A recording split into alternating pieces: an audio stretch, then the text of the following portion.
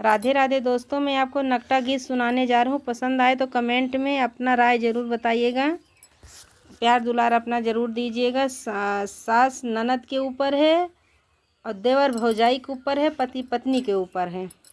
सासू के बोलिया लागई रची समी रची, सासू के बोलिया लागई रची समी रची। ननद के बोलिया ना हो, ननद के बोलिया ना जैसे जहरे के पूड़िया। ननद के बोलिया ना जैसे जहरे के पूड़िया। ननद के बोलिया ना पियावा के बोलिया लागया लिया से बोलिया। देवर के बोलिया ना हो, देवर के बोलिया ना जैसे लागत है मिठाइया। देवर के बोलिया ना जैसे लागत है मिठाइया। देवर के बोलिया ना मोरे पीछवा रवा बभनवा कई छोकरवा।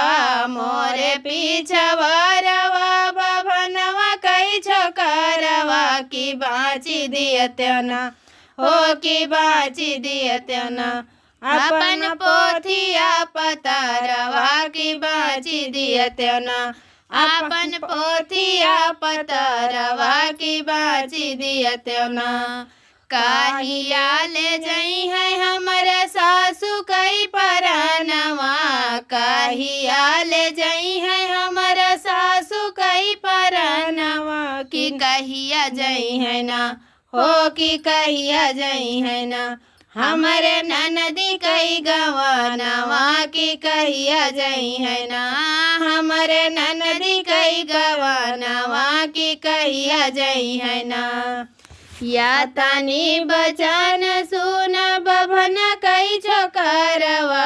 या तानी बचन सुन बभन कई छोकरवा। विचार लागैना हो, विचार लागैना अपन पोथिया पतरवा। विचार लागैना अपन पोथिया पतरवा। विचार लागैना साहू साल रही है तोहरे सासू कई परनवा।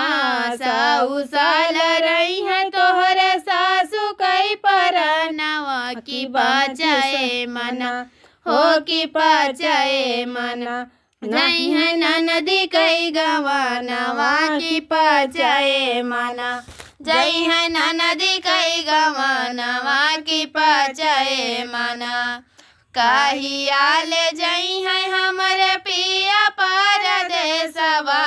काहिया ले जई है हमरे पिया परदेसवा। की काहिया लेना हो, की काहिया लेना होई है देवर से मिलनवा। की काहिया लेना होई है देवर से मिलनवा। की काहिया लेना नावाए मजई है तोहरा पिया परदेसवा।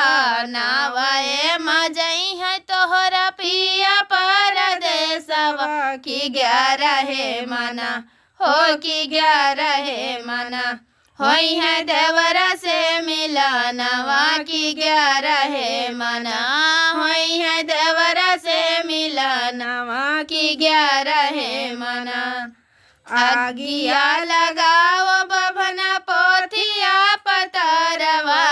आगिया लगाओ बभना पोथिया पतरवा। बाजार परना हो, बाजार परना वही देवर संग मिलनवा। बाजार परना वही देवर संग मिलनवा। बाजार परना सासू के बोलिया लागई रची समी रची। सासू के बोलिया लाग रची समी रची। ननद के बोलिया ना हो, ननद के बोलिया ना जैसे जहरे के पूड़िया। ननद के बोलिया ना जैसे जहरे के पूड़िया। ननद के बोलिया ना।